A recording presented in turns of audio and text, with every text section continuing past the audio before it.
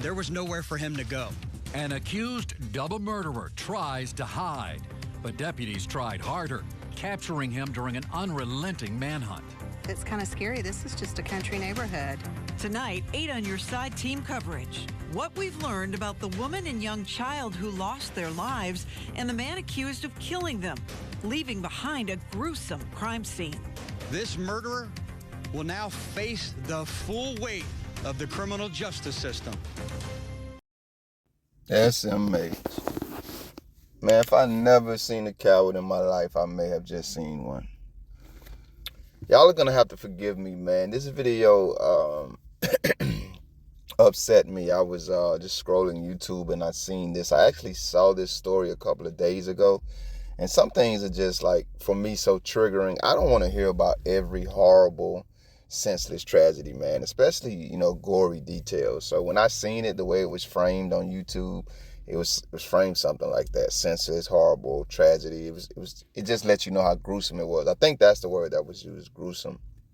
And so I passed by it for that reason. I didn't want that in my spirit. While wishing, sending prayers and condolences to those involved, I still did. And tonight, I seen the caption on a YouTube video, something about, a suspect in a double murder being called. And I'm not knowing that this is tied to the same gruesome headline that I didn't want to know anything about when I clicked on it. So now I'm watching this video, and the first thing I see on the screen is this overly exaggerated guy. I have no idea who he is. I don't know anything about him. I'm just watching him, and I'm listening to what he's saying. And the first thing that occurs to me is, this is an overly exaggerated guy. He reminds me of an adult G.I. Joe. If you would go to the comment section, that's exactly what I typed. What's up with this adult G.I. Joe? So I'm watching him, and I'm watching him be excessively animated, and I'm not trying to condemn him. I'm just assessing his character, his personality, his demeanor, his presentation. And he begins to talk about what he's talking about. And the first thing that he tells us he's talking about, and this is where I get upset at, is his damn officers, man. The only thing that this 32-year experienced law enforcement officer who's been a sheriff in Hillsborough County, Florida since September 2017 and was twice reelected, the only damn thing he wants to discuss in this case with his 36-year-old woman and her 4-year-old child. Let me repeat that. 4-year-old child, sir. You have 32 years of law enforcement experience. 32 divided by 4 is 8. You can fit 8 of her lives into your experience, sir. And I watch your press conference updating us on the fact that you and your department and your officers, assisted by whatever other arm-lending law enforcement agencies, caught this murderer. We seen, the video. If you guys want to see more of it, it's out there, right? They caught him. Allegedly, he stabbed this lady and her daughter to death. The Amelia, her name's Amelia Cook. They didn't say the daughter's name. But she was found, according to the reports, outside in the backyard in a pool of her own blood, and the 4-year-old child was found inside of the house. Both gruesomely murdered, sir. Both gruesomely murdered. Remember, the very reason I told you I didn't want to invest my life and my spirit into this story, I didn't want to open myself up to it.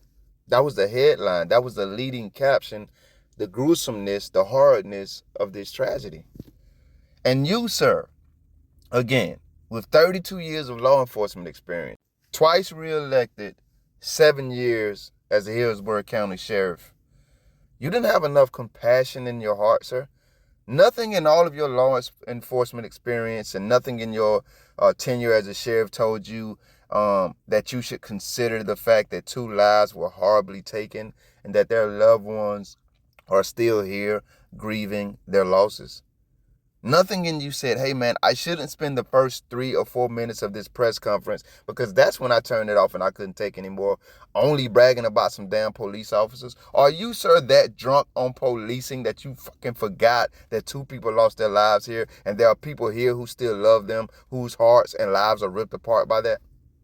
If you watch this press conference, and that's why I wanted to bring you guys this video, because like I told y'all about that sheriff, that lieutenant, that sergeant, he was a sergeant, who watched one of his deputies beat an underage boy and didn't arrest him, but he sat down in a deposition later and detailed what happened. He was no hero for that. You would have been a hero if you'd have did your job, if you'd have honored your oath, and if you'd have stood in the veil of manhood and arrested that coward that beat that little boy up. It's the same thing here, man. We got to stop giving police credit for doing the minimum. This guy's no hero because his officers caught a criminal. That's what you signed up to do. That's part of your job. Are you a hero, ma'am, sir, when you go to the job, the career that you committed to every day? You're not, right? And even if you think you are, I'm sorry, you're not. You're someone providing a service that you agreed to provide for compensation that it was agreed would be given to you. That's what you are when you work. You're contracted. Even if you work directly for a company or a person, there's a contract there, be it verbal or otherwise. There's no heroism there. None at all. Police are not heroes because they do the jobs that they committed to doing, that they agreed to doing, that they took an oath to do. I don't give a damn if the job is dangerous. You shouldn't be there. And as a matter of fact, if you don't know, policing is not the most dangerous job in the world, but we don't go to those who do the most dangerous jobs in the world and say you're a hero just because you showed up to work today. So this guy's no hero because his officers caught a criminal. That is the job that they agreed to do. That is what they're compensated for when they clock in. Now, I don't want to take anything for them. When you do a good job, you should be celebrated and appreciated no matter what field you work in. But I don't think that makes you a hero, to be doing something you agreed to do, to be compensated for it. I think that would be more heroism if you were doing it in a sacrificial manner. I don't want to get into that. I just want to color this story I'm trying to tell, that not only is this guy no hero, he very well may be the opposite of it. He may be the coward that I think I said. I don't know him to call him a coward, but it just upset me to see you spend the first 3 or 4 minutes of this press conference where this young lady and her even younger toddler baby, 4-year-old, were murdered senselessly, according to everybody who knows anything about this case. But all you could talk about was your damn deputies and law enforcement officers. Sir, we don't give a damn about them right now. They're very much still alive. Most of them right now, if they're not at work, are very much probably at home with their loved ones. And most of them probably will be for a while coming. Most of them. I'm pretty sure all of your deputies and everybody who worked on this case won't get wiped out very soon unless Christ comes back to take us all or to escort us all. I think your tenure and experience as a law enforcement officer should have told you that you needed to be much more sensitive. It should have told you that you didn't need to get up there, and even if you were going to brag about your peers, not spend the opening, at least minimally, because I hope this didn't go on for much longer, 3 or 4 minutes of this press conference, bragging about some damn officers in a situation where we have 2 people murdered very senselessly. Something should have stopped you. I hope this was a random, rare mistake. I'm going to leave you guys with what I watched of this video, and you can go and watch the entire thing if you want to see how long this tirade, this very disrespectful and insensitive tirade went on from this very tenured sheriff who should know better. And you tell me if I'm tripping. You tell me if he could have did better to honor those fallen lives.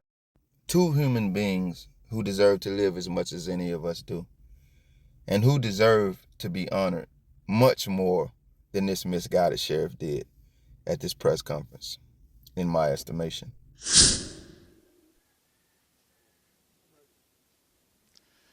I stood in this very spot late last night and made a commitment to this community that there was nowhere that this murderer would be able to hide that we wouldn't find him.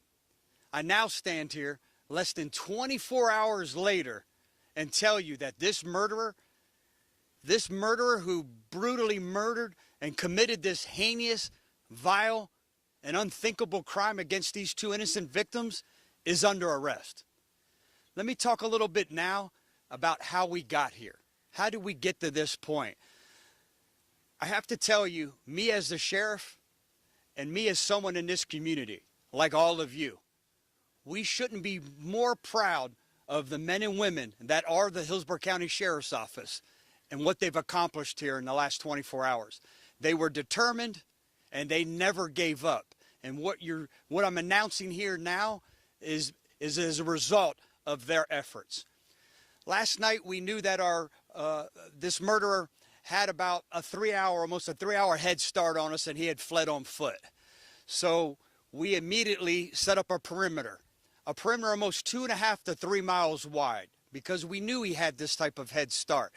Overnight, deputies detectives, our canine units, and our aviators in the sky never gave up. I was here till early in the morning, and it was incredible to watch how this teamwork came together, this collaborative effort from all the teams here in the office, from the technology using that infrared camera and looking at heat signatures, watching the different canine units, and they would work as a team, how one dog would get tired and they'd bring another one out and keep the search going, from the bloodhounds, a tremendous asset and resource, all the way to our apprehensive canines. They never gave up. At one point, we got extremely excited after we gave an update last night because we found a bloody shirt that we are confident was his. So we all got excited. We're like, we're going to wrap this up. And then at times throughout the night, we continued to get extremely excited because the dogs would pick up on a scent, then they would lose a scent. This morning, now it was time to go into phase 2 of this perimeter search. We wanted to close the perimeter in, hold the perimeter, but start closing it in and do more of a finite grid search. So we called out even more deputies and detectives to do that. Part of that was a contingency of undercover detectives that are in undercover cars where they could go in and get a look without being seen as a law enforcement officer. During this finite search, one of our gang detectives, our undercover detectives, sees a Hispanic male that possibly could be our suspect, could be this person who committed this murder, wearing a heavy jacket, almost like a parka jacket. So he sees this Hispanic male walking out of what is almost like an abandoned barn, abandoned housing area. So he calls it out. I have to talk a second about the professionalism, not only of every deputy that was out here, but of this detective when he showed the kind of restraint. We're taught when you see a bad guy, you run after the bad guy. But he used such great restraint because he knew that if he couldn't capture this murderer before he got into this heavily dense shrubbery and wooded area, that he would make it worse. He would taint the scent of these canines. So a lot of deputies out here overnight use great discipline by staying in their cars, not to taint the scent of the different deputies, either dog throughout the evening. So at some point, our suspect realizes that he's probably a law enforcement officer, sees him looking through the binoculars, and I think figures out the gig is up. So he runs, he refuses commands to stop, and he does just what we were afraid he that he would do, and he runs into a heavily wooded and dense area with a lot of overgrown vegetation. When I say overgrown, you can't see maybe 6 inches of foot into it, nonetheless try to navigate into it where he is. Well, he might have been able to outrun the visual sight of the deputies, these hard-charging deputies that were out here, but he couldn't outrun the scent of this canine. And the canine took us right to it. And I'm going to release the body cam footage because it's so amazing, and well, you can see, and it paints a better picture of what these deputies actually had to go through to apprehend this suspect. I mean, like I say, man, I couldn't even take anymore, man, for the second time, man. I don't know how long he continued this foolishness. The other thing that jumped out to me is how quickly he was ready to release the body cam footage. I mean, isn't this still an open investigation? But you're ready to throw the body cam footage out there so you can brag on these police? Y'all just crooked. And as you can see, I didn't exaggerate or make anything up. Look at him on the screen now. There's no compassion or grief for the lives that were lost. He's excited and exhilarated, bragging about his damn cops. I just felt like if he was going to do that, he could have at least opened with a nod to the victims and their surviving loved ones. Way too disrespectful for me. Drunk on policing. Maybe I'm tripping. Thank you if you made it this far. If you liked the video, feel free to hit that thumbs up button. I greatly appreciate it. If you care to go a little further than that, maybe even subscribe, hit the notification bell. Check out a few of the other videos on the channel.